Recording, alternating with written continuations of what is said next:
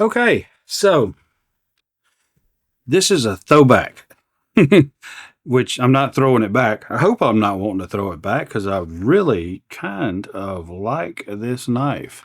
So, Walmart recently released a lot of named knives, and I think they were just a spray and pray. Load them up in a shotgun barrel and blast them out there. And I believe that's how they did it because I don't think they really put a ton of creative effort into those knives. They were less than pleasing to me. I felt like everybody was just being critical over them, but when I got them, I'm like, nah, they're not because they're not all that in a bag of chips. But I come across a display of a bunch of no-name Christmas time knives that I think I'm starting to get impressed with. Stick around. Let's talk about this. Again, 7.5-inch folding knife. This is lockback opening stag finish handle. And really, that's all the information you'll get on them. Now, right off the bat, this is reminding me of the old the Buck 110 style, but that point is way too rolled and kind of fluffy. Kind of fluffy there. As a friend of mine used to call me, he used to call me fluffy. I still am fluffy. But so the old Buck 110s was a lot sharper. Which, by the way, I never had a Buck 110. I really need to try to buy one of those. I seriously do. The cheapo knockoffs is all I ever managed to get. I never could actually get the real thing.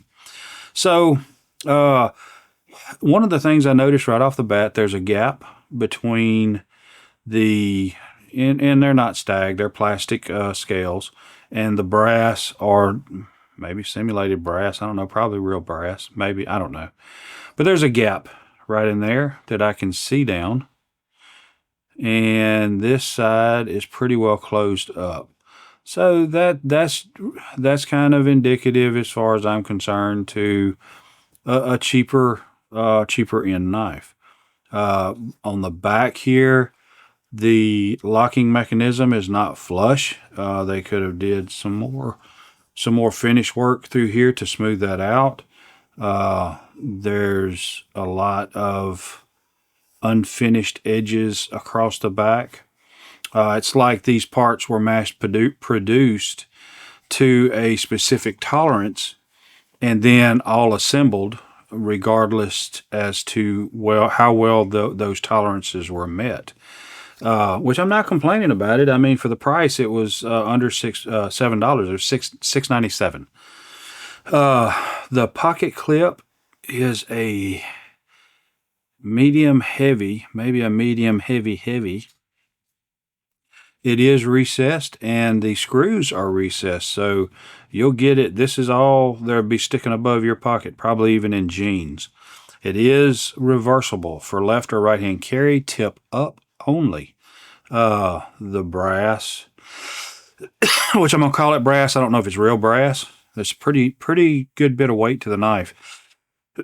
Excuse me. But it is finished pretty well. There are some leftover, probably scratches from all these being piled into just a general box to tote around. And the old thumb catch there. You have a straight back. The tip is a drop tip, but it's not a drop point. The point is in line with the axis, it looks like, in my opinion. So I'm not going to call it a drop point. And you got blended geometry. Of course, the flat side of the blade. Then you have a flat towards the nose. Of course, the blade flats, and another one like right in here. But it's not sharp. It's not super defined. It is blended in. The tip of the knife, it seems to be pretty thick until it gets right to the point. So it does have somewhat of a point. This is by no means a jigger. It's not pokey pokey for sure. It is a hollow grind. I'm not super excited to have the Ozark Trails logo and wording etched or whatever that is on the bevel. I'd rather it be up here, potentially smaller. That would be much more desirable, or even on this flat side right here would be even better. Let's close the knife and see what it looks like. It looks pretty decent. Up top, again, the brass pieces are proud of the liner. You really don't need the thumb catch. I mean, you can open it right on up there. It is a lock back, and it seems to catch pretty good. Looks like T6 and T8 on the pivot. Be nice if there was a blank in here and it was closed off. All in all, I think it's pretty good. I like it. It looks good. You look at this blade here, and it does not match the actual blade. This blade on the picture, and you see how you've got the logo back over here. That would have been better than where they ended up with the logo. This may be a second. It may not be a really good one. Who knows? But this tip is what I expected. This tip is what I got. I'm not really crazy about that kind of blunted in tip, but back in my hunting days, which maybe I'll have those again one day, but not right now. This would probably be a knife that I would have out there with my Buck 119, because that's my main knife. And then sometimes, especially when it's getting colder and I just need something smaller to hold on to, with not such a big blade out there, I would grab a smaller knife. And so this would be a good one for skinning. The edge, let's see, that's very nice. So the edge has absolutely no burr that I can feel at all. And this can be deceptive. That doesn't feel super sharp, but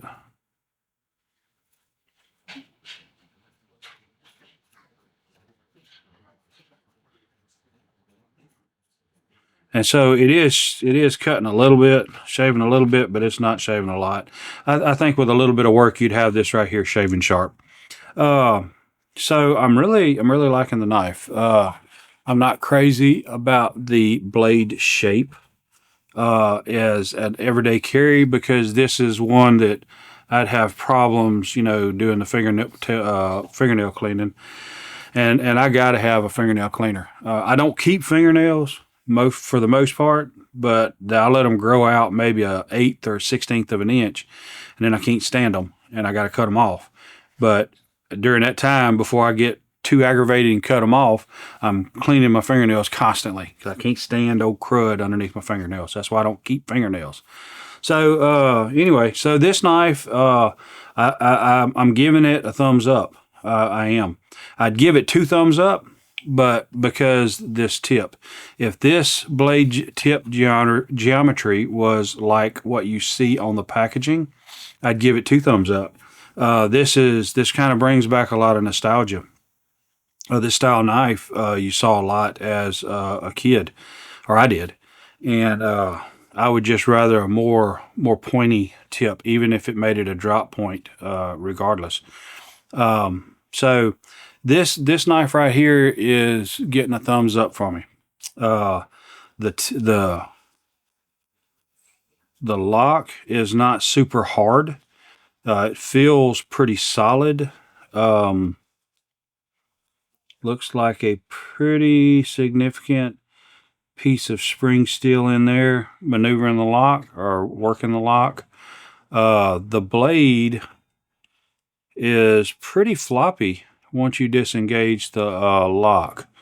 The locking section on the blade itself appears to be pretty defined and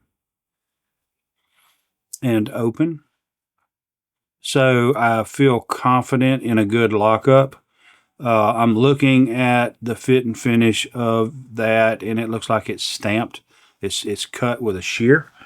It could be finished a lot better. To be honest, I think this knife right here could be hand fitted or finished in a better way, and would be a premium, is what I'd want to call it, and I'd give it a double thumbs up then. But take and improve that blade tip geometry, and do a little better finish work, fit work on the individual pieces. Tighten up those tolerances, and I'll give it a double thumbs up then. But as it is, I give it a thumbs up. If you're looking for a pocket knife, I don't think you can go wrong with this. And it feels like it would hold up to just, use, not abuse, but use. And so I definitely recommend this knife.